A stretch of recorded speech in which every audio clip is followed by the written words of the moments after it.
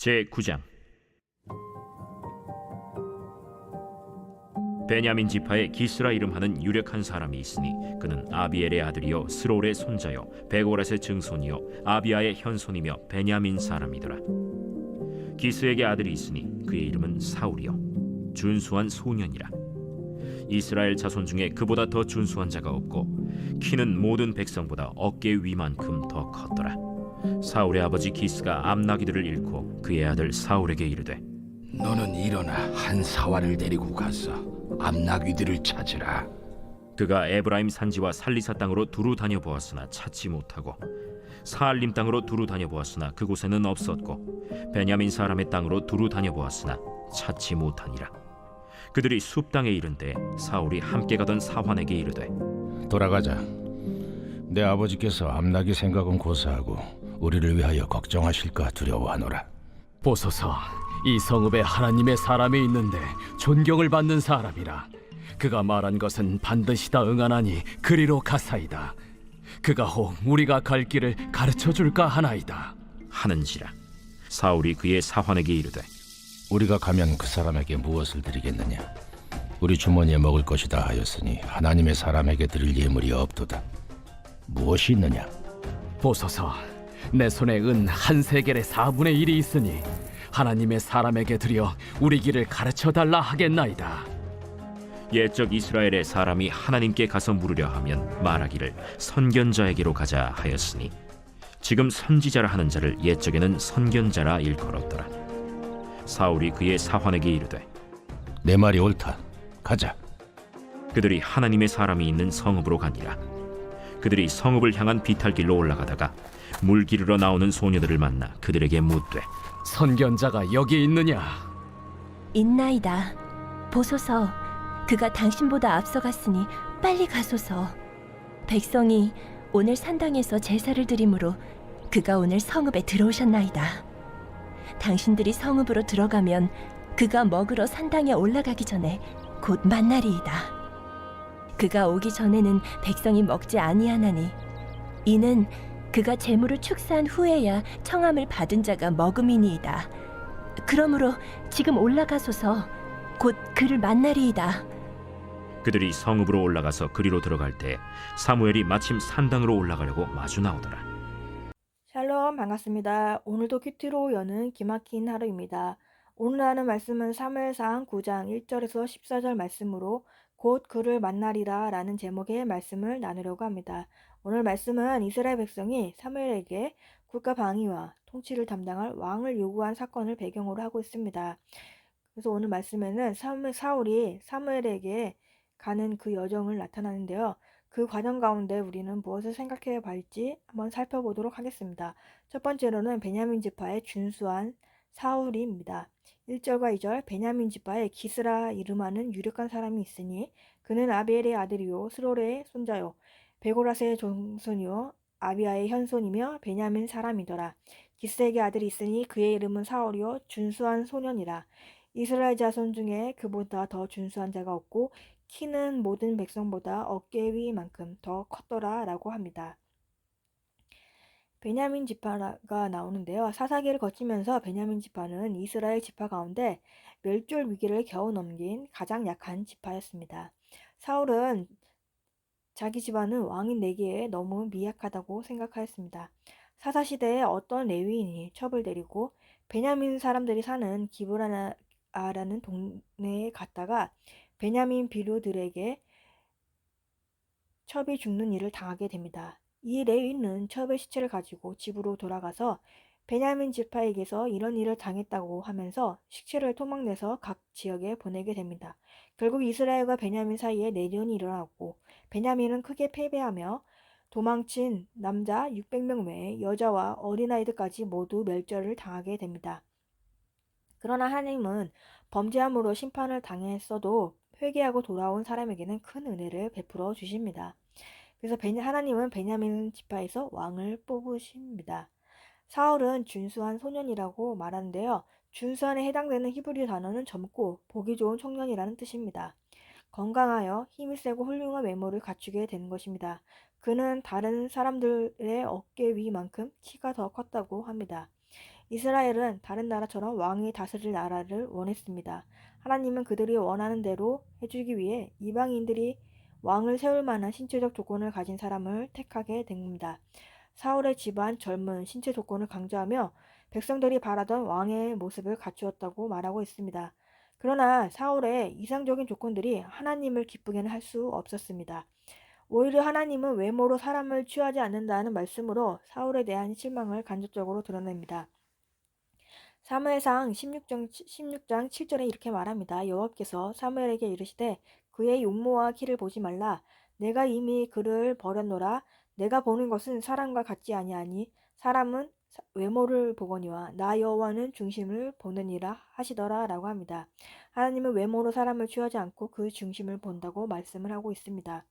우리들도 외모로 사람을 보지 말고 그 중심에 말씀의 중심을 잡은 사람인지를 우리는 분별해야 하는 것입니다.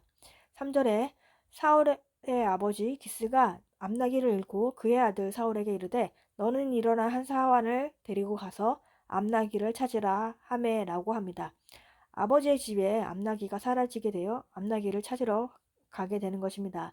나귀는 가장 중요한 수송 수단이었으며 특히 암나기는 새끼를 낳는 것이기에 더 중요하였습니다. 그래서 사울은 아버지의 명령에 즉시 순종하여 암나기를 찾기 위해 이곳저곳 두루 다닙니다. 이러한 모습은 하나님이 왕으로 예정하신 사울의 겸손함을 나타내고 있습니다. 사울은 암나기를 찾는 과정에서 사무엘을 만나게 되는데요. 이 과정은 하나님의 섭리 가운데 일어나게 되는 것입니다. 작은 일도 건성으로 하지 않고 최선을 다하는 모습이 초기 사울의 모습인 것입니다.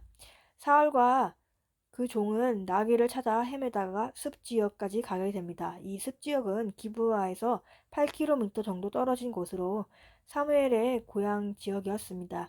사울은 아직도 나귀를 찾지 못했고 집으로 떠난 후 상당한 시간이 흘렀기에 자신들을 염려하고 있을 가족들이 걱정이 되었습니다. 사울은 되돌아가기를 원했었고 그와 함께하던 사환은 마지막 수단으로 그 지역에서 사는 선견자를 찾아가 물어보자고 권유를 하였습니다. 아버지가 자기 때문에 걱정할 것을 염려하면서도 사환의 제안에 순순히 따르게 됩니다. 그 넓은 지역의 산지와 강야에서 잃어버린 나귀를 찾는 것은 불가능에 가까운 일입니다. 사울은 자신에게 주어진 일에 최선을 다하는 성실한 사람이었습니다. 그리고 자신을 걱정할 아버지의 마음도 헤아리며 사환의 의견에 귀를 기울여 수용할 수 있는 할 줄 아는 사람이었습니다. 결국 사울은 잃어버린 나귀를 찾아 나선 것이 계기가 되어 사무엘을 만나게 되는 것입니다. 이것은 하나님의 섭리가 우리 삶 가운데 어떻게 적용되었는 것을 단면적으로 보여주는 것입니다. 믿는 사람들에게는 우연이라는 것이 없게 되는 것입니다. 사울의 반복되는 실패의 것을 통하여 하나님은 사울의 발걸음을 사무엘에게로 인도하고 있습니다.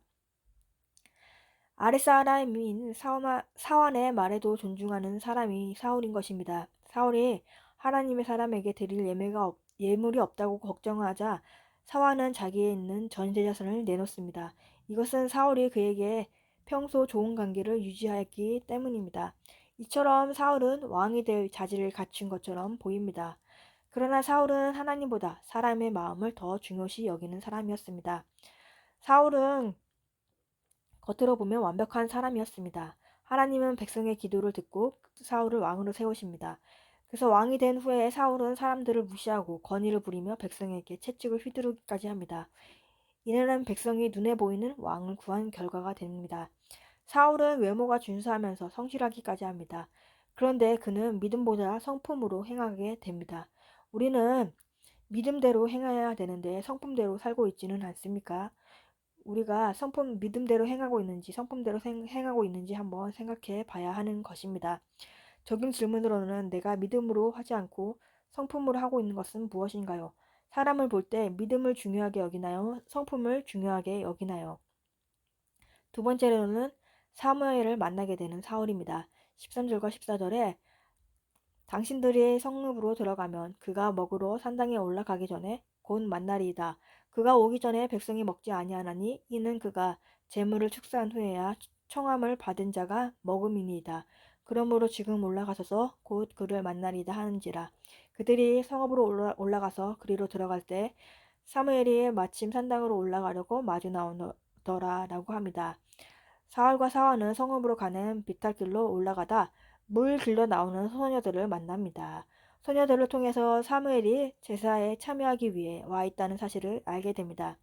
지금 올라가면 곧 만날이라는 안내를 받고 가다가 마침 산당으로 올라가려는 사무엘을 만나게 됩니다.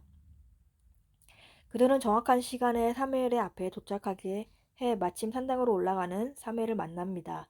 이것은 하나님의 완전한 계획과 섭리 안에 모든 것은 협력하여 선을 이루고 있는 것입니다. 사울과 사무엘의 마주침이 우연처럼 보이지만 우연은 아닌 것입니다. 사울을 왕으로 세우려는 하나님의 계획과 섭리 가운데 이루어진 것입니다. 김양재 목사님은 인생이 그저 우연의 연속이라면 날마다 작은 행운에 기뻐했다가 불운에 절망할 수밖에 없을 것이라며, 그런데 우연은 하나도 없다. 우리의 인생에 일어나는 모든 일은 하나님의 뜻대로 이루어진다고 합니다. 여기에 좋은 일만 있는 것이 아니라 심판과 같은 일도 포함되며, 우리 삶에서 일어나는 모든 일은 모든 것의 원인이시자 이유와 목적이 되시는 하나님이 우리의 구원을 위해 허락하신 사건이라고 합니다. 모든 것이 하나님의 섭리 안에서 이루어진 것이기에 우리의 인생은 어떠한 모양이라도 소중하며 어떠한 가정이라도 지킬 만한 가치가 있다고 합니다. 그래서 날마다 일어나는 일에 깜짝 놀라 울고불고 하는 것이 아니라 구원의 사건으로 받아들여야 하며, 모든 것의 이유가 되시는 하나님이 오늘 우리에게 무슨 말씀을 하시는지 날마다 큐티하면서 묻고 가야 한다고 말씀하십니다. 이처럼 우리에게는 우연한 만남은 없습니다. 모든 만남은 하나님의 섭리 가운데 있습니다. 그래서 모든 만남을 소중히 여기며 그 관계 가운데 하나님의 뜻을 찾아야 합니다. 한치의 오차도 허락하지 않은 하나님의 섭리의 손길로 사울을 왕의 자리로 인도하고 있습니다. 하나님이 사용하시는 섭리의 수단은 거창하지 않습니다. 하나님은 일상적인 사건들, 보잘것없는 일들, 또 대단치 않아 보이는 사람들을 통하여서 우리들을 인도해 나가고 있는 것입니다. 하나님 나라에는 사소해 보이는 일들을 통해서 이루어지는 것입니다. 모세는 양떼를 치다가 떨기나무 가운데 말씀하시는 하나님의 부르심을 받았고, 기드온은 포도주 틀에서 밀을 타작하다가 천사의 방문을 받았습니다. 그리고 사울은 잃은 나귀를 찾다가 왕관을 발견하게 되는 것입니다. 이렇게 잠언 16장 6절에는 이렇게 말합니다. 사람이 마음으로 자기의 길을 계획할지라도 그의 걸음을 인도하시는 이는 여호와시라고 합니다. 우리를 이끄시고 인도하고 계시는 분은 하나님이신 것입니다. 하나님이 사람을 쓰실 때는 완벽한 계획과 정확한 그 시기 안에 일하시며 한치의 오차도 없는 것입니다. 하나님의 섭리와 계획 가운데 사울은 사무엘에게 인도받게 되었습니다. 그때 사무엘은 또 산당에서 여전한 방식으로 예배를 드리고 있었습니다. 백성은 새 상황을 기다렸지만 사무엘은 끝까지 예배를 인도하며 자신의 역할을 충실히 감당합니다. 사무엘은 하나님이 택하신 백성을 위해 끝까지 헌신하며 나아가고 있는 것입니다. 우리도 우리에게 주어진 자리, 여전한 방식의 예배의 자리와 또 여전한 방식의 사명의 자리의 가운데를 잘 지키면서 나가야 하는 것입니다. 저는 거듭되는 실패 가운데 하나님의 인도를 경험하게 되었습니다. 저는 대학원 말고는 한 번에 붙게 된 일이 없었습니다. 대학 입시 때는 계속된 입시의 실패를 경험하며 신학교로 인도를 받았고, 세상을 달라는 이스라엘과 같이 저는 또 세상 직업을 또 갖고 싶어서 세상 일을 하려고 하였습니다. 그래서 일자리를 구하는 백수의 시절이 있었습니다. 직장도 알바도 구하고 있었지만 그것을 얻지 못하는 시간이었습니다. 무슨 일이든 하게 되면 잘할 수 있다는 마음이 있어서 이력서도 넣었었던 시기지만 면접에 오라고 하면 면접만 보고 떨어지는 일들이 계속되었습니다. 계속되는 실패 가운데 제 힘이 빠지는 시간이 되었습니다. 제 스스로 갖고 있는 근거 없는 자신감과 교만이 꺾이는 시간이 되었습니다. 제가 해보려고, 제가 또 하려고 하니까 어지러움이라는 병까지 찾아와서 아무것도 못하게 되는 상황까지 가게 되었습니다. 지금 생각해보면 그게 또한 하나님의 계획이라는 생각이 되었습니다. 세상의 직업이 부럽고 세상으로 가고 싶었고, 다른 사람들과 같이 세상에서 일을 하고 싶었던 저의 마음에 그 일이 되었다면은 저는 아마 사역의 길에는 가지 않았을 거라는 생각이 듭니다. 그렇기 때문에 하나님께서는 세상으로 가려는 저를 가지 못하게끔 붙잡아 놓고 그 길이 열리지 않게끔 하신 것이라는 생각이 듭니다. 그렇게 일이 되지 않았던 저지만 대학원을 또 가겠다는 마음을 먹고서는 바로 일자리를 구하게 되었습니다. 은행을 가려던 가운데 빵집 앞에 있는 공고를 보게 되었습니다. 빵집 앞에 있는 공고를 보면서 연락을 드렸는데 일을 바로 시작하는 것도 아니고 또한 제가 신입생 수련회가 있는데 그 수련회가 끝나면 그때부터 일을 할 수 있다는 이야기를 들을 수 있었습니다. 경험도 없고 아무런 것도 없지만 거기서는 저를 뽑아주신다고 말씀을 하셨습니다.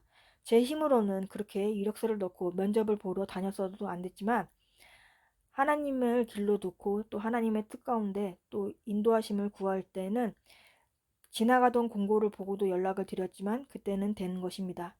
주님의 인도하심이 있었고 하나님의 계획 가운데 이루어진 것이라는 생각이 들게 되는 것입니다. 거기서 일을 하는 덕분에 대학원에 일을 하면서 공부를 할 수 있는 그런 시간들을 가질 수 있었습니다. 우리에게는 우연한 만남은 없습니다. 모든 것은 하나님의 섭리 가운데 이루어지게 됩니다. 그러므로 모든 만남을 소중히 여기며 그 관계 가운데 하나님의 뜻을 찾아가야 하는 것입니다. 또한 우리에게 일어나는 일은 어떠한 일도 구원의 사건으로 받아들이며 김영재 목사님의 말씀같이 모든 것의 이유가 되시는 하나님께 매일 말씀을 통해서 묻고 나가야 하는 것입니다. 그리고 여전한 방식의 예배의 자리, 또한 주어진 사명을 잘 감당하면서 나가야 하는 것입니다. 적용 질문으로는 우리에게 일어나는 일은 하나님의 계획 가운데 일어나는 일이라는 것을 인정합니까? 하나님의 뜻을 물으며 말씀의 인도를 받고 있습니까? 여전한 방식의 예배의 자리, 사명의 자리를 지키고 있습니까? 11월 14일 보석상자입니다. 빨리빨리 뭔가 잘되고 달라지기를 바라는 것이 아니라 지금의 환경에서 묵묵히 십자가 지는 것이 복음의 핵심입니다. 기도하겠습니다. 하나님 아버지 감사합니다. 저의 삶 가운데 하나님의 계획하심과 인도하심으로 이 자리까지 인도하여 주신 주님 감사합니다. 우리들의 삶 가운데 살아가면서 사람을 외모로 보지 않고 그 말씀에 중심이 있는지를 분별하게 하여 주시옵소서.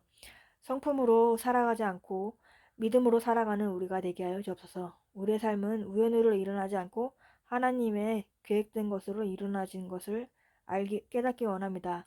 모든 만남을 소중히 여기며 그 만남 가운데 하나님의 뜻을 찾고 또 우리에게 있는 모든 일들을 구원의 사건으로 받아들이며 인정하게 하여 주옵소서. 매일의 말씀으로 하나님께 묻고 나아가는 우리들이 되기 원합니다. 여전한 방식으로 우리에게 있는 예배의 자리, 또 주어진 사명의 자리를 잘 감당하고 나가는 우리들에게 되게 하여 주옵소서. 다음 세대를 위해서 기도합니다. 다음 세대에게 구속사의 말씀이 흘러가게 하시고 말씀대로 믿고 살고 누리는 다음 세대들의 삶이 되게 하여 주옵소서. 오늘도 주님의 말씀을 붙잡고 살아가기를 원합니다. 주님 은혜를 부어 주옵소서. 예수 그리스도의 이름으로 기도합니다. 아멘.